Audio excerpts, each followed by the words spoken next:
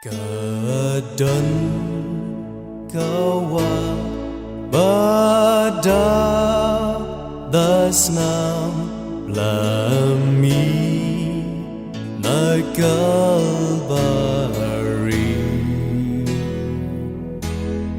inong popki bado nyedam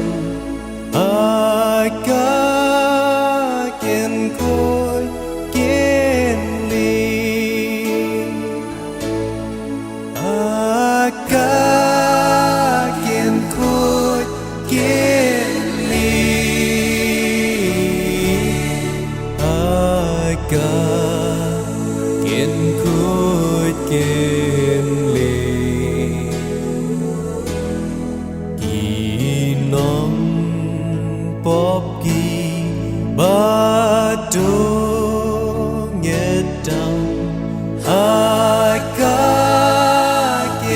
kod gini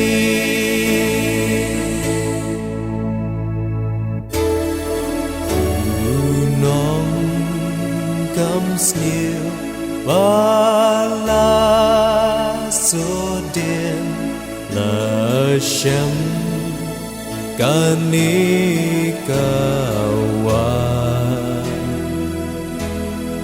yang abadu ngitku mau on pen kuj par haka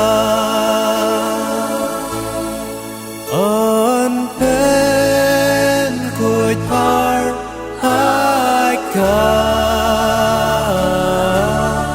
ơn bên cúi par hai ca nhờ ngã batu nghiệt cung mau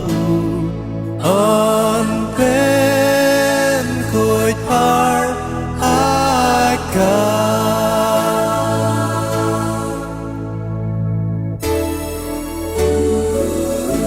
Bonsi ngapurkhat ila kaching im igi pop bon bangalale ngakali anjima o yaw nompa kumanga ngayo asmo igsur bajam kajong jisu kabaong nga ngan pengkuit par Egi pop baro hakawa Calvary An pen kuj par haka An pen kuj par haka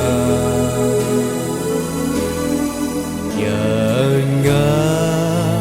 abadu nghiệt cung mau on pen kuj par haka